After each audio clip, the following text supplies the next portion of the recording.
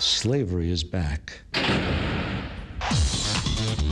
Welcome to a place where private business profit from a captive labour force, yet pennies are spent on medical services to a population in which the Indigenous, the poor and the mentally ill are overrepresented. Where isolation, humiliation and degradation are facts of life. Welcome to prison. It depends who's telling the story, I suppose. The prisoners would have one view, the people who work in the prison system would have another, and I think it's up to people to decide where the truth is. Give government propaganda and the media spin doctors the flick. And check out Doin Time for news, views and tunes on prison issues from Guantanamo Bay to Christmas Island to prisons and detention centres everywhere. Every Monday at 4 p.m. on your community radio 3CR. We are still fired up and we're still talking about revolution.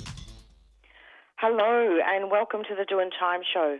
This is 3CR Community Radio, 855 AM on the dial, streaming live on www.3cr.org.au. We broadcast on the lands of the Kulin Nation where sovereignty was never ceded. And a warning, this episode of Doin Time contains audio images of Aboriginal and Torres Strait Islander people who have died, discussion of deaths in custody and massacres. This is Marissa and I'll be with you for the next hour.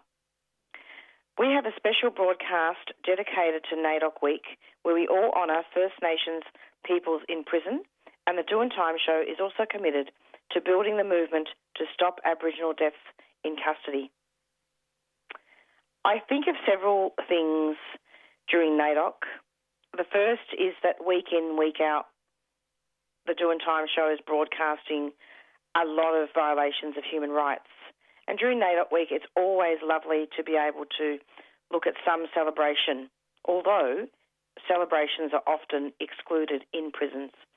And 3CR is dedicated also to honouring people in prison, particularly First Nations prisoners, by broadcasting prison broadcasts.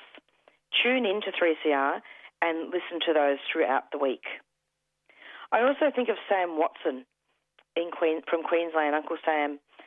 Sam was always instrumental in coming onto the show, particularly during Naidoc week, to talk about the historical context of Naidoc week and the very fundamental role that First Nations protest played in, and also frontier wars as well.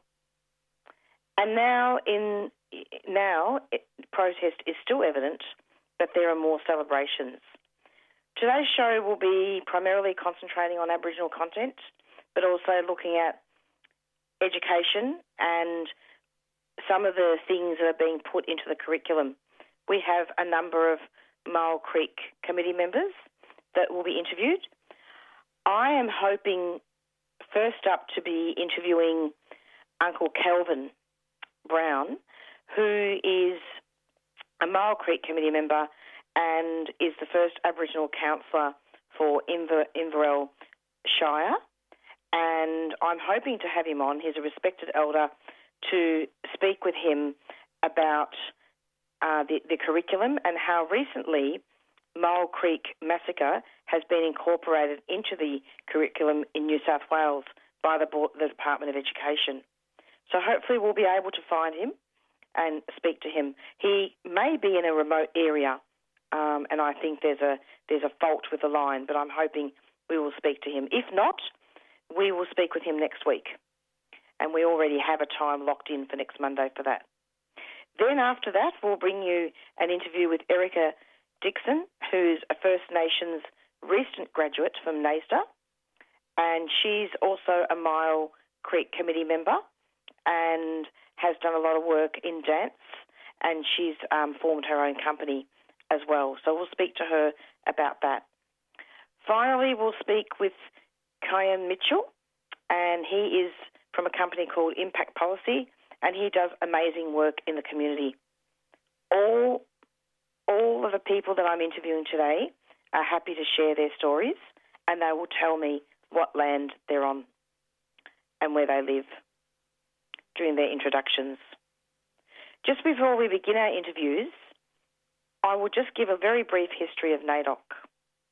So before the 1920s, Aboriginal rights groups boycotted so-called Australia Day, 26 January, in protest against the status and treatment of Indigenous Australians. By the 1920s, they were increasingly aware that the broader Australian public were largely ignorant of the boycott. If the movement were to make progress, it would need to be active.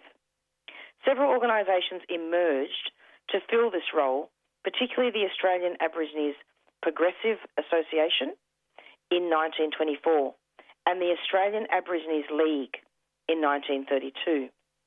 Their efforts were largely overlooked, and due to police harassment, the AAPA abandoned their work in 1927. In 1935, William Cooper, founder of the AAL, drafted a petition to send to King George V, asking for special Aboriginal electorates in federal parliament. The Australian government believed that the petition fell outside its constitutional responsibilities. In 1938, on so-called Australia Day, protesters marched through the streets of Sydney, followed by a congress attended by over 1,000 people. One of the first major civil rights gatherings in the world, it was known as the Day of Mourning. Following the Congress, a deputation led by William Cooper presented Prime Minister Joseph Lyons with a proposed national policy for Aboriginal people. This was again rejected because the government did not hold constitutional powers in relation to Aboriginal people. After the Day of Mourning, there was a growing feeling that it should be a regular event.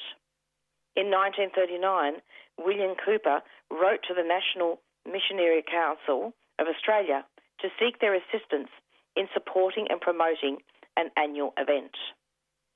Naidoc was a time of protest, and there's also quite a lot more in that history, and we won't have time on this show to look at that. But I just wanted to give you a little bit of a snapshot, if you like, about how Naidoc came to be. And it's still alive and well. I mean, the theme for 2025 is the next generation, strength, vision and legacy, and celebrates not only the achievements of the past, but the future ahead, empowered by the strength of our young leaders and the vision of community and the legacy of ancestors.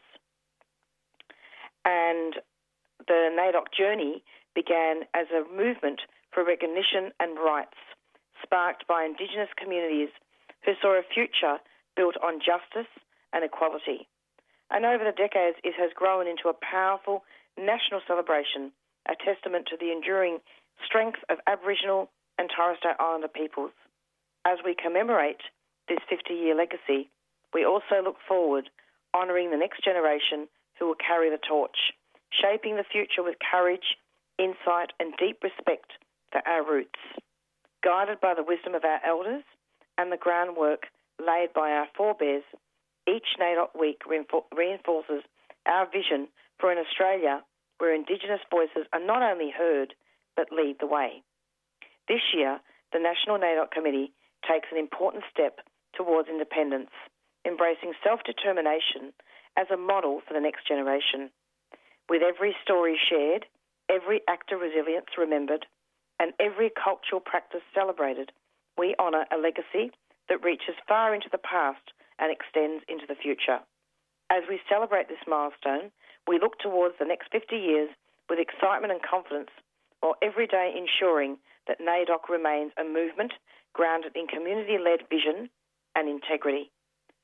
From this solid foundation, the next generation will rise, grounded in the strength of our elders' history, inspired by a shared vision and committed to building a legacy of unity, respect and self-determination for all. This Naidoc Week, we celebrate not just a milestone, but a movement that endures, grows and evolves, driven by the unwavering strength of our communities, the shared vision of our people and the enduring legacy we pass on to those who will shape our future. Together we walk forward, honouring where we've come from and looking boldly to the next generation who will carry Naidoc and their communities into the future.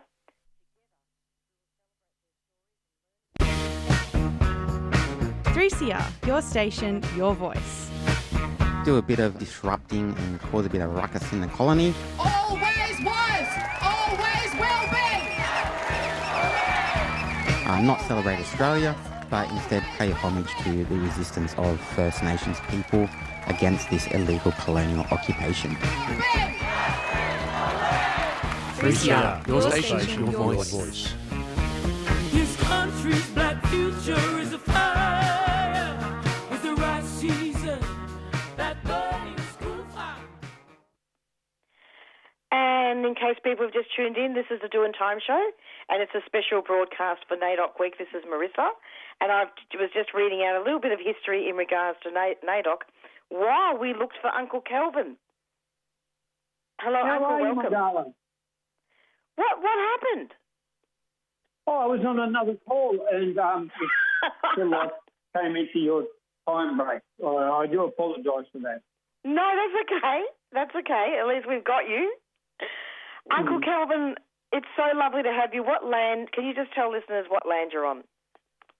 Right, well, now this is a bit convoluted because it's got a few names. But anyway, I personally call it Gamilarray, which is IL. Yeah, could you speak up, Uncle, because we can barely hear you. You there? Hang on, let me change this a little bit. Yeah, beautiful. So this is the Doin Time show, and it's a special broadcast for Naidoc Week. Mm-hmm. And we're speaking now with Uncle Kelvin. Is that a bit better? That's so much better. So, yeah, what land are you from?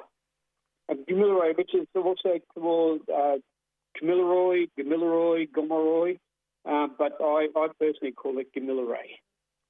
Beautiful. Yeah, we're in northwest New South Wales, which our land mass for tribal people goes from Inverell here in the east all the way across to the far side of Walgett. We go down as far as Myall in the top end of the Hunter Valley and up to the Queensland border. So we're probably about the third largest tribal landmass as far as our people are concerned within the nation. Not just the state of New South Wales, but within the nation. Fantastic.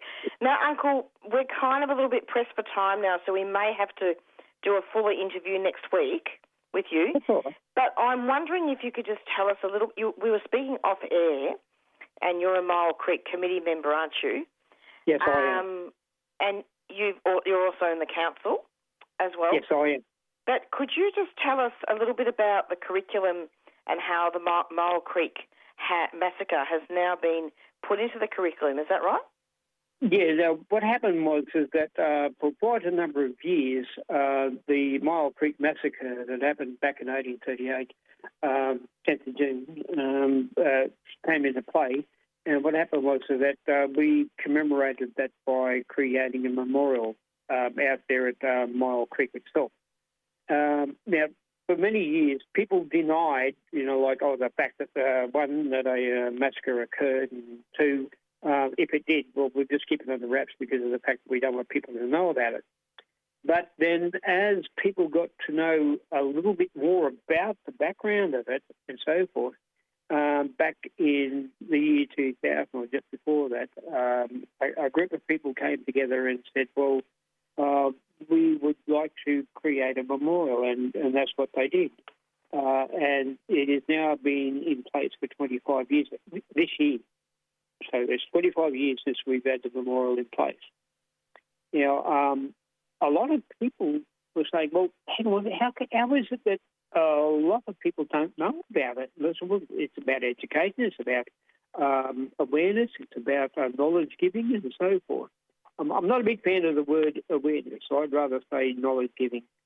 Sure. And what happened was that there were people within the Catholic community anyway, in the educational spectrum, turned around and they said, well, we think this is a story that needs to be told.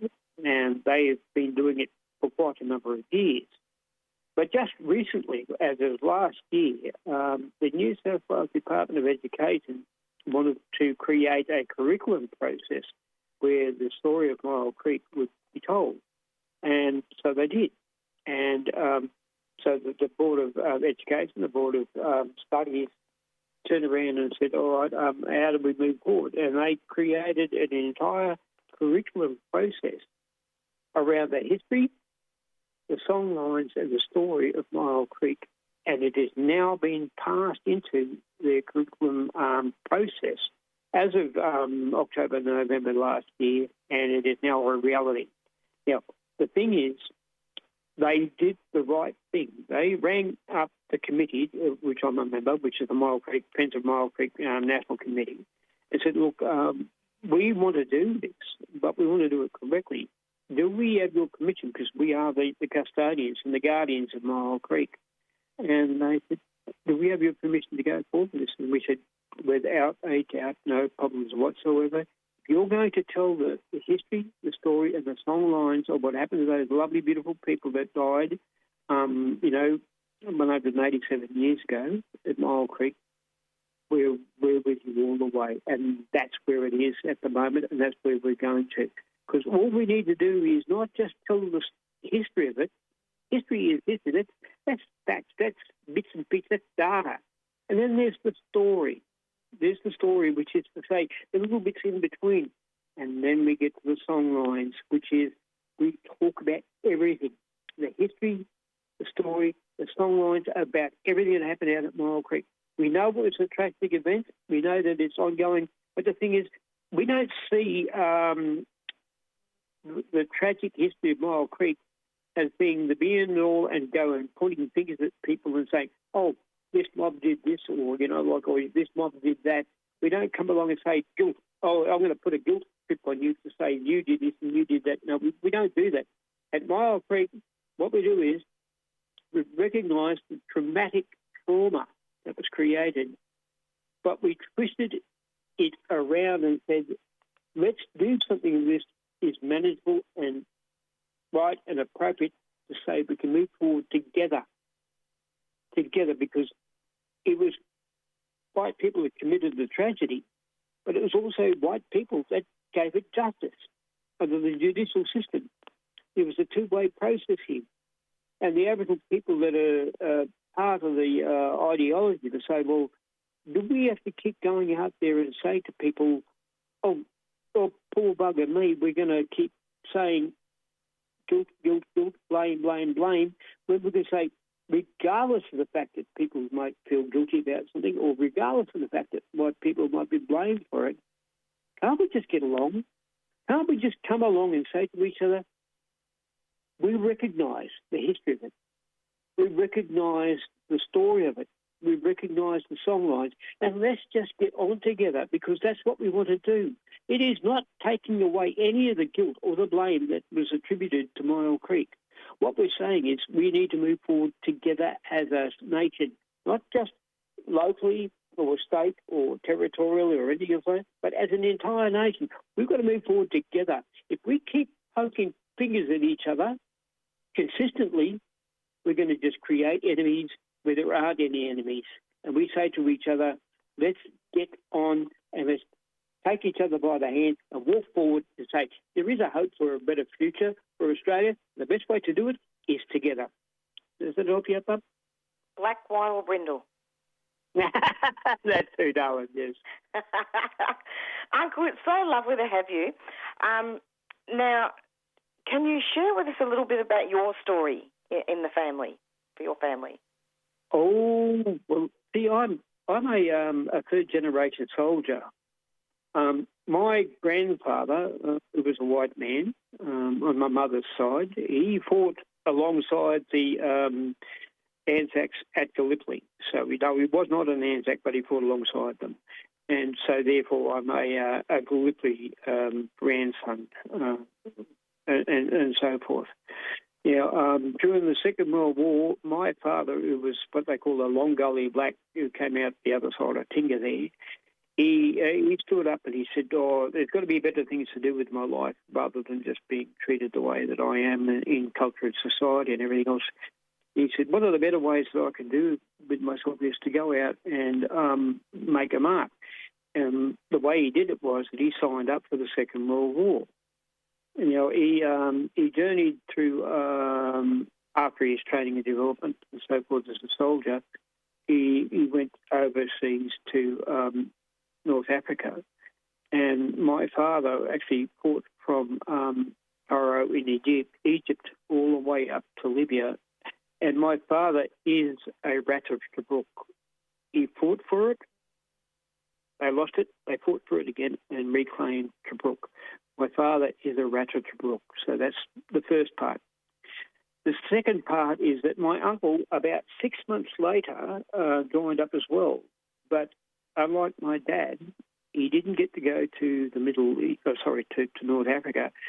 He went into the South Pacific, and sadly, he was captured as part of the surrender by the British at the Fall of Singapore, and was captured under that process and became a prisoner of war.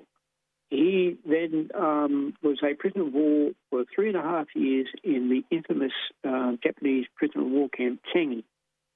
And in that time, and by the way, this is documented, he saved 60 of his co-soldiers' lives purely because of the fact of his acumen as an Aboriginal person, and he was able to get food to them that they wouldn't otherwise get, or amenities and things like that. Because he did that. And they said, Uncle, my uncle was Uncle Charlie Morey, turned around and he said, I'm just helping you fellows out. He said, yeah, no worries. And he did. He saved 60 people's lives.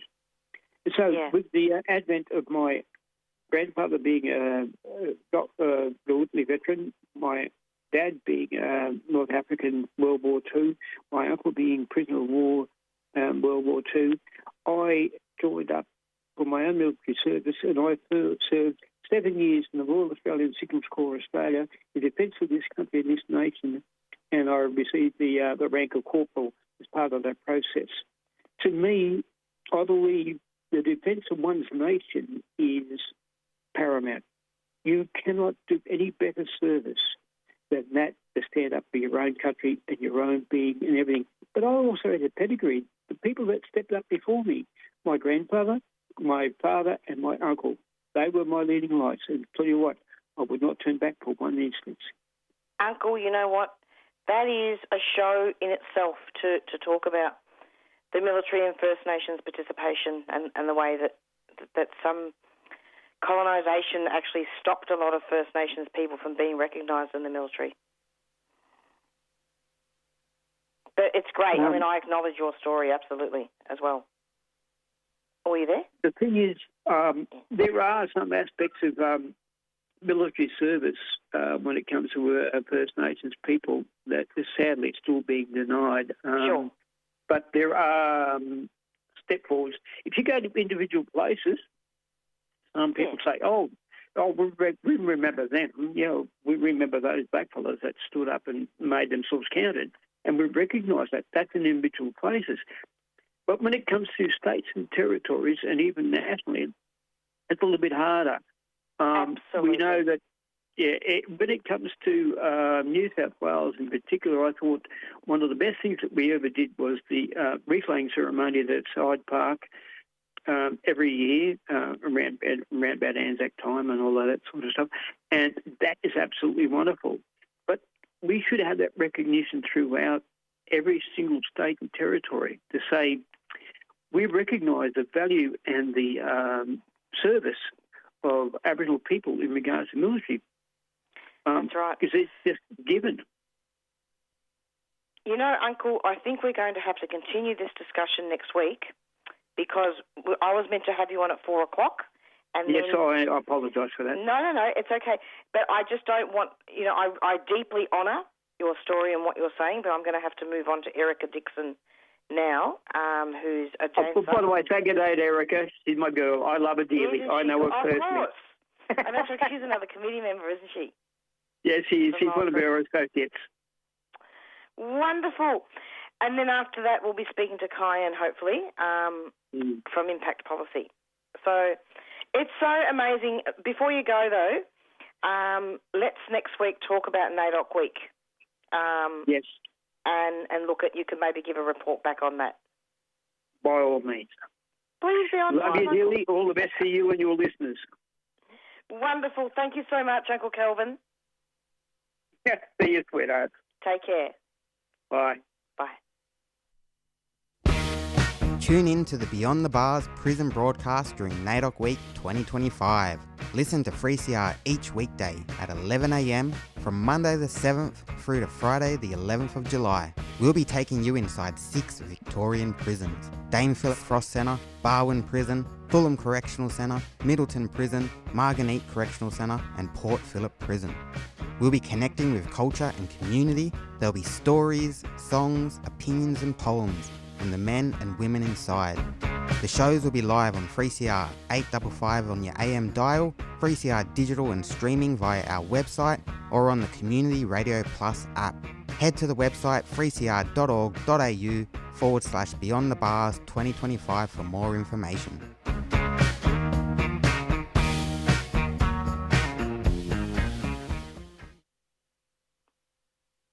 And you're back with the Doin Time show, and this is a special broadcast acknowledging Naidoc Week and looking at the stories of First Nations people. And we're going to be speaking now with Erica Dixon. She's a recent graduate from NAISDA and a Myall Creek committee member. Hello, Erica.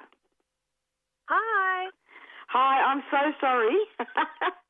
We're a bit late because Uncle Kelvin was another call. No, that's okay. And, you know, Uncle Kelvin loves a yarn. He's amazing. He actually sends you a Cheerio. Oh, bless him. Wonderful. So, Erica, can you just tell us what land you're from? Yeah, I am a Gomeroi woman from Bingra, northern New South Wales. My family originally are from the Pilliga Weewar Narrabri ways, but I grew up in Bingra. Currently, though, I am living on Darpinyang country on the Central Coast. Fantastic. So we were talking off air today that you've graduated from NAISDA, and we were talking a lot about education and a couple of other things. Can you tell us, you know, what you've been doing? I believe you started up a company. Yes, I have. I just graduated with an advanced diploma of professional dance performance for Aboriginal and Torres Strait Islander peoples. So that was very exciting. It's been 4.5 years of study. My two best friends and I have just created our own company, Garwodim and Mayan. It is a combination of the language groups that we belong to, one being Kala Lagaya and the other Gamilarey. Together they translate roughly to being a meeting place. And I guess as a company, we want to be that meeting place for First Nations and non-First Nations people just to come together and learn and share and exchange their stories and their culture. Yeah. Fantastic. And so you graduated from dance, haven't you? First Nations dance? Yes, I did. I started off doing a Certificate 3 and then just worked my way up through the courses to graduate, with an advanced diploma. Wow. So what does that mean to you? Does it, like you were talking today about that you were doing workshops? Yeah. We offer... Well, I guess it's from what we've learned at NAISDA all over the years. We kind of learned to become our own artists, which is really beautiful. And it gives us the confidence, I guess, to be able to go out to the real world and provide workshops. We as a company go into schools and different communities here on the coast, and I love going back home and taking our workshops back home. And we kind of just tailor our workshops to whatever the organisation or school or community needs. So we offer dance workshops, and in them we can include kind of cultural education, or we're starting to incorporate a bit of our language as we're learning it. We really want to just help educate the up-and-coming generation. So we are very open to whatever the organisations need us to do.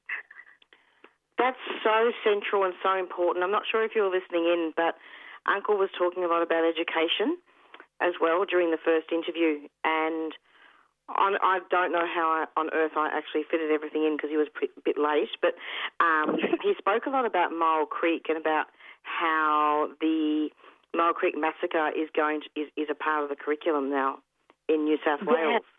Tell me more about that. I have kind of just been listening to what they've been saying in our meetings online and stuff, but I think it is absolutely so amazing and so needed. I remember at school, even being in Bingra, where it's not too far from where the massacre occurred, we didn't really learn that much about it, which was crazy to me, you know what I mean? It's such an important thing that we all should be learning, especially when we're from a community that has been so impacted by the Myall Creek Massacre. So I'm so happy that it's now having to be taught. It needs to be looked at, as it's so important. Erica, it sounds like you're doing some amazing work. I mean, I believe you were also doing some modelling yesterday. Yes, I did have my modelling debut. Awesome. It was such an amazing experience, actually, and I think it was the first year that fashion has been included in the National Indigenous Arts Fair in Sydney. So it was such an amazing experience, and it was so beautiful because it was pretty much just mob in the audience, so it felt very supported, and it was just a beautiful energy in the space. So it made me feel a lot more calm while I was walking. Yeah, absolutely. And what does Naidoc mean to you? I know that a lot of First Nations people don't really gel or connect with Naidoc. And on this show, we actually have the Doin Time show, and prisoners are now being included through 3CR by having special broadcasts in prison. But what does Naidoc mean to you? For me, I think it is just, exactly. It has both sides. But for me, I like to turn it into just another day. I mean, every day is Naidoc, really, for mob, isn't it? Yeah. But, I think I try and flip it, and I want to make it a day or a week, even though it should be every single day, just that another excuse, another reason to keep educating and to keep kind of infiltrating the society and just to educate them. I think that's what, for me, because that's what I needed growing up. I didn't get the chance to learn about the culture of Australia, really. And I think that's what shaped me to want to be that change. And being able to go back home now and do that is really beautiful. And I think I want to be the person that encourages other people to do that. Because I think, it should be about making sure, like, our young people grow up strong in culture, whether they're First Nations or not. And I want to be a part of that change, I guess, to, make them proud of where they come from, and just to know that their stories matter and they should be shared and they should be appreciated every single day, not just a week. It's so true, and this is something that I've been advocating for over the years that I've been doing the show, and a lot of First Nations people say that, but it's got to be every day. Yeah, exactly. And I know friends of mine, who are mob, and they kind of go, I don't really take work during Naidoc week because it should be something that is celebrated every day, and that is so understandable. Like, that really hit me from a different perspective, you know what I mean? I was like, no, you're so right, and that kind of resistance is actually really powerful. But, from my personal experience, I take any opportunity to try and educate and just to get us in there a bit further. And your company really promotes education and empowerment for young First Nations people, doesn't it? Yeah, and I think what I love about our company is that the three of us bring completely different perspectives. Like, I'm a Gomeroi woman born and raised in Bingra. One of my partners is Taylor Jackson. She's also Gomeroi. She was born in Tamworth, but she was raised on Dark and Young country on the Central Coast here. And then our third partner, Halisha Nui, she's a Dena'Kes woman from Myall and Bardu Island who grew up in the Cape York. So we just offer three completely different insights and three different lived experiences, and I think that makes us a really powerful group and really equips us with what is needed, I think, in schools and in communities, you know what I mean? I think a lot of school kids, they don't even know where the Torres Strait is, and that blows my mind, and I just want to help change that. Yeah, absolutely. It's so important. So we're going to be interviewing Kuyan pretty soon, and he's done some amazing community work. But before we do that, just wanted to know, because I mean, I'm just so happy that I'm interviewing you and we're yarning about all this, because it's really important to have young leaders out there, and you're one of them. Yeah, thank you so much. It is such a privilege, though, to be able to learn and be able to pass that on, and especially on the Myall Creek Committee. I'm really soaking up this opportunity to listen and to learn from the committee members. So it's more, I think I'm the one that's privileged to being able to be in a space with such beautiful and knowledgeable people, and to be able to try and help pass that on is just my way of giving back, I guess, yeah. Yeah, and I happen to know that dance is very, very powerful, and, you know, performance, it's not even just about performance, it's really about putting the message out there, isn't it? Yeah, well, and it's about embodying what we're sharing. You know, our dancers, they're not just dancers, they're our stories, and that's how we passed on our knowledge, and that's how we know our stories and stuff. And I think that's something I really try and get into the kids when I'm teaching them. I'm telling them, this isn't a dance. And for some of them, you know, I'm like, I know you're not dancers, but that's not what is important here. What is important here is you're telling the story through your movement. So I don't really, you know, mind that you're not a dancer or anything like that. That's not what it's about. It's about the story you're telling, because people watching you, they're learning the story. You know, they're reading the book through your body. So that is, storytelling is so important for me, and I think it goes way beyond just being a dance. You know what I mean? Way beyond, indeed. Thank you so much for coming onto the program. It was lovely to have you, Erica. I'm wondering if I could have you back soon. Yeah, absolutely. Thank you so much for having me. No, it's been wonderful, and thanks for sharing your story. Yeah, no worries. Okay. Take care. You too. Yeah, Liz. Okay, bye. Hi, my name is Miss Kinnan. I'm a proud Yodiota, Jajara, Calculated and Yurindali Aboriginal Sovereign Woman. And you're listening to 3CR, guys. Check in with your friends. Make sure you guys are going good. And also stick up for what's right, yeah? Free Palestine. And I don't believe in fighting today in any one front, but on all fronts.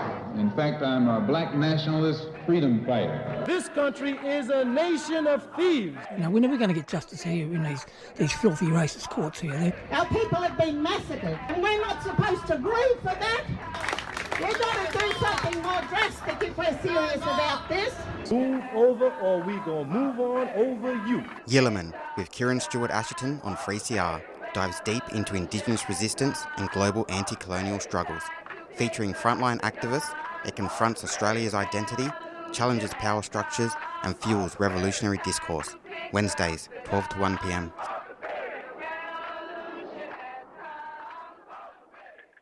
And this is the Doin Time show, 3CR Community Radio.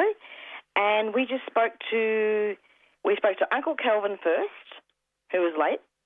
And then he still did a really amazing, I yarned with him. And then we spoke with Erica Dixon as well, both Myall Creek committee members. And now we're going to be speaking with Kuyan Mitchell, who is from Impact Policy and has been doing amazing work in the community. Hello and welcome. Hey, thanks for having me. Great to have you.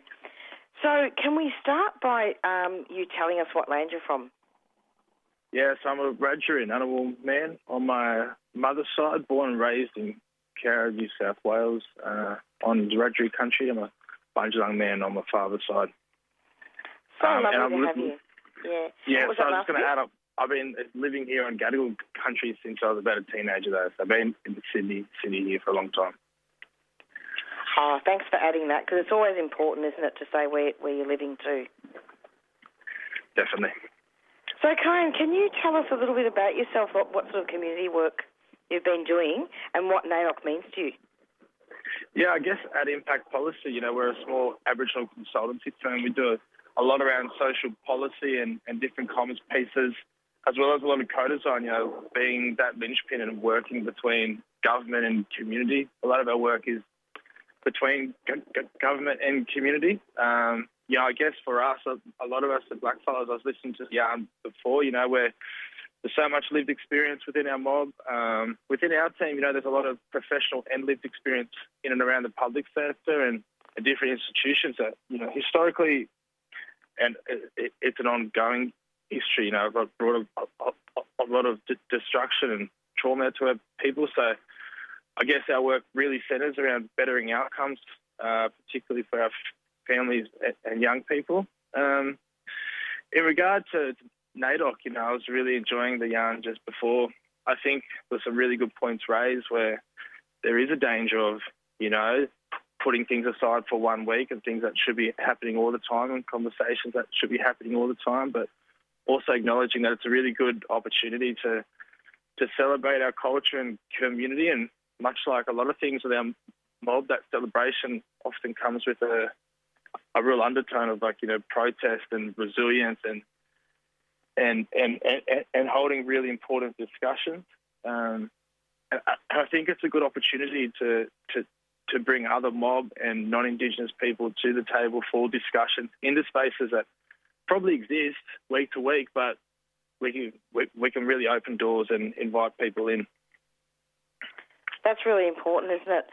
So in regards to, you were talking before about trauma of First Nations people and the company. Can you tell us a bit more about that and look at the connections there?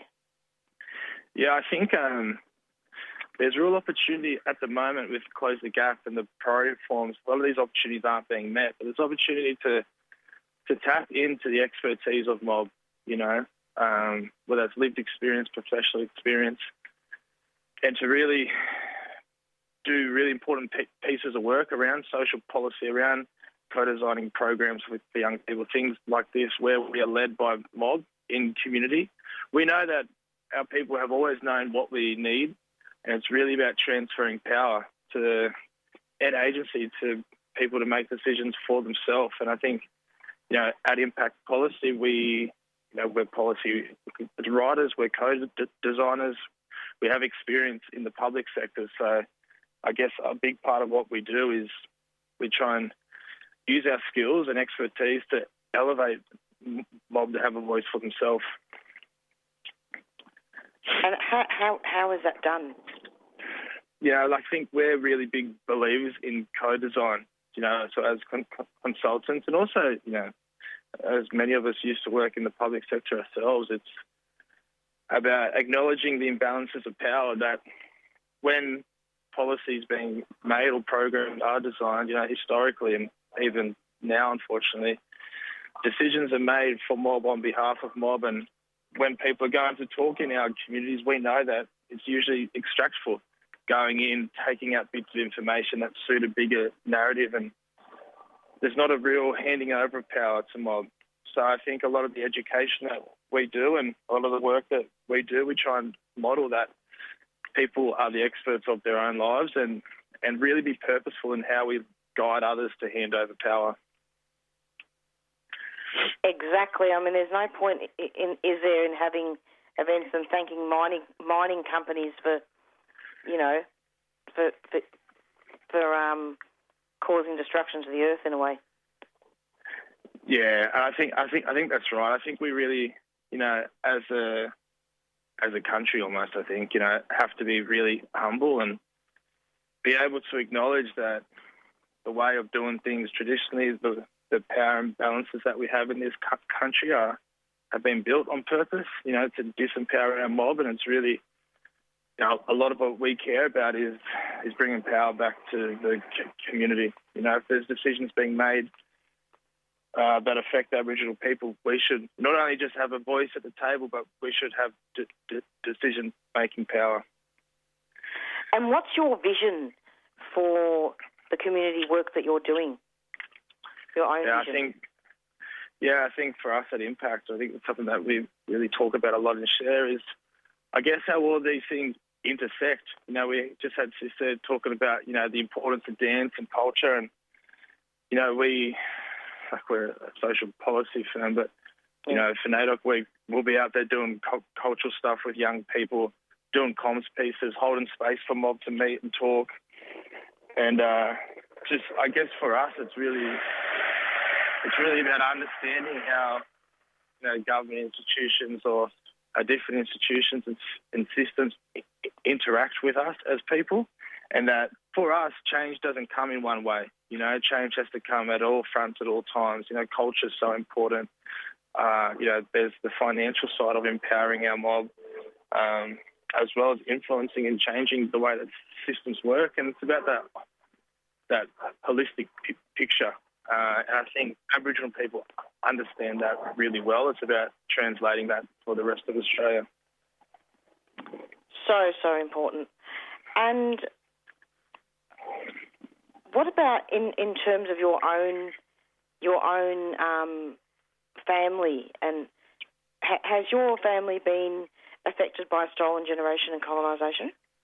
Yeah, look, my mother's side is like real regional Australia story, where missions and stolen wages, loss of family, all these things. My father's side is, cane cutters from the South Sea Islands and South Queensland and northern New South Wales. So two really different stories, but, the ripple effect of colonisation on both sides of my family is really evident, like a lot of our mob.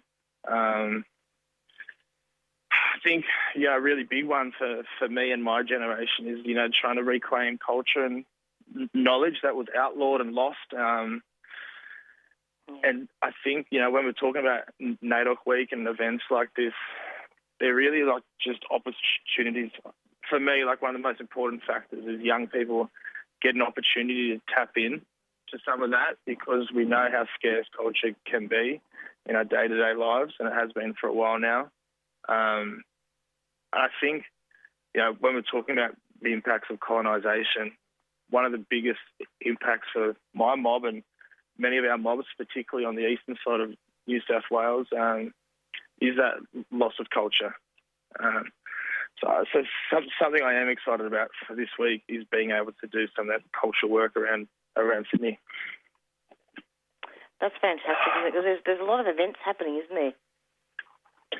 Yeah, there's a bit on. I feel like it grows every year. I think, like personally for me, like the trap of weeks like this week is looking forward in the calendar towards things.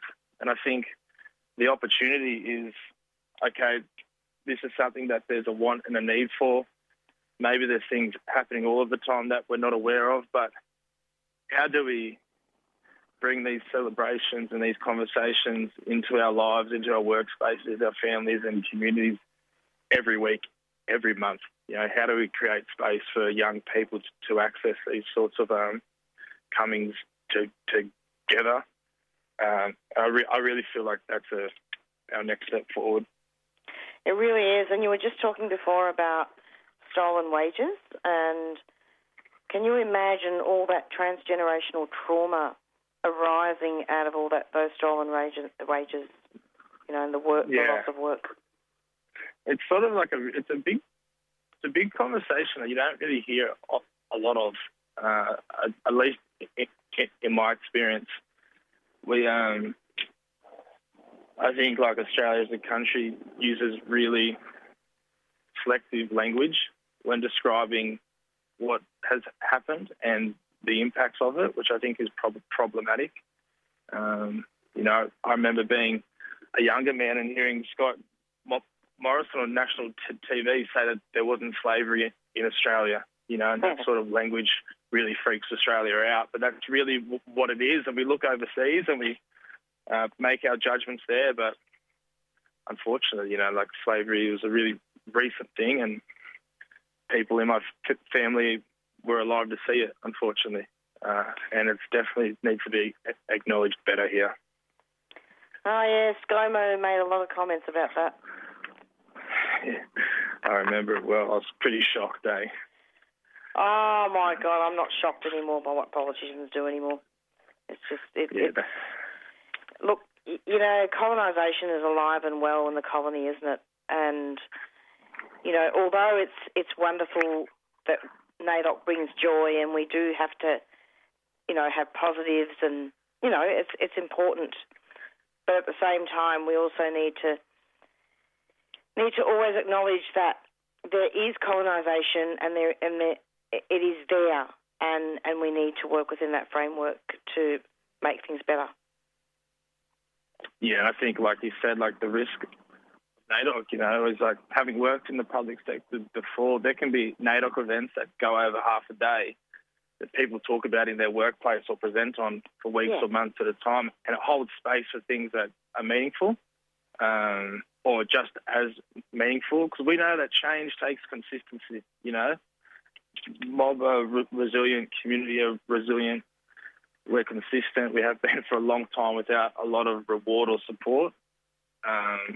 And I guess in Australia, like, we often have this idea as we plug in and out culture or anything that's black as people see fit. You know, we've had to listen to this national conversation on welcomes and acknowledgements over the last 6 months. It's a good example, you know, like, we got to move away from that and just know that culture and having community at the table is something that we need to be engaging in all the time, not just 1 week a year. Exactly, and having Aboriginal people involved in policy making is paramount. It is. We need black people at the table, on all sides of the table. The resources that are available are enough. We need to have more agency over how they're used, I reckon. Exactly. Thank you so much for coming onto the program. Is there anything else you want to add before we finish? No, I'm just really grateful to be on the program and hear some of the yarns today. It's been unreal, and I think a really positive and good use of a week like Naidoc Week, not just to celebrate, but question the status quo. I think it's a really good use. So thank you for having me. Oh, it's been great having you. And also, let's give a shout out to Joe Miller as well, who helped me organise the show today. Yeah, thank you. Thanks so much.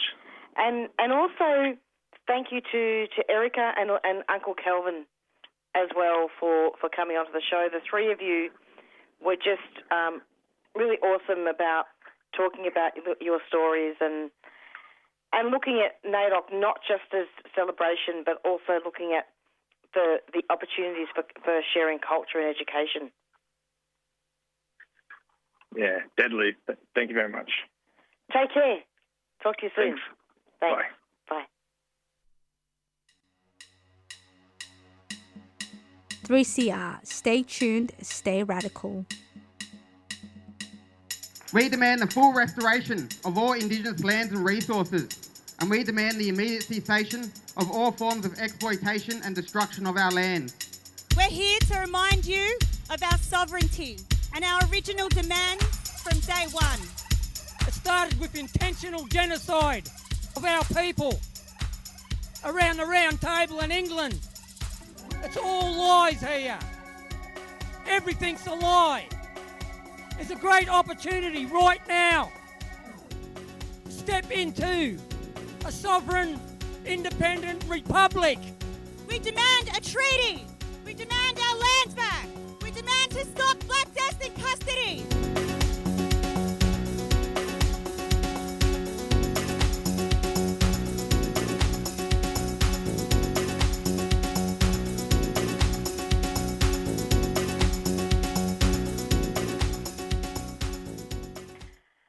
And we have just about a minute before I'm out of here. So this ends the show of special broadcast to Naidoc Week. Also, just very quickly, I wanted to thank everybody that has donated to the Doin Time show. We made our target, and thank you so much. And I'll be reading out all those donations again next week so that we don't leave anybody out. Stay tuned every day. Every day, I go crazy. Stay tuned every Monday for the Doin Time show, 4 to 5 p.m. And thank you to all our guests and contributors for Aboriginal content. Thanks so much. Bye.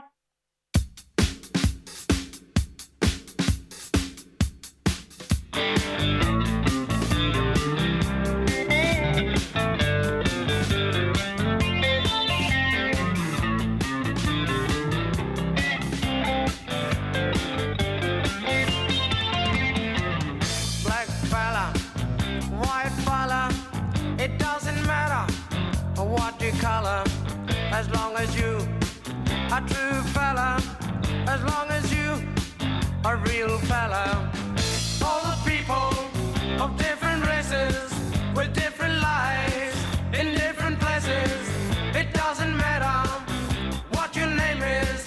We got to have lots of changes. We need more brothers if we're to make it. We need more sisters if we're to save it. Are you the one who's gonna stand up and be counted? Are you the one who's gonna be there when we're shouting? Are you the one who's always ready with a helping hand?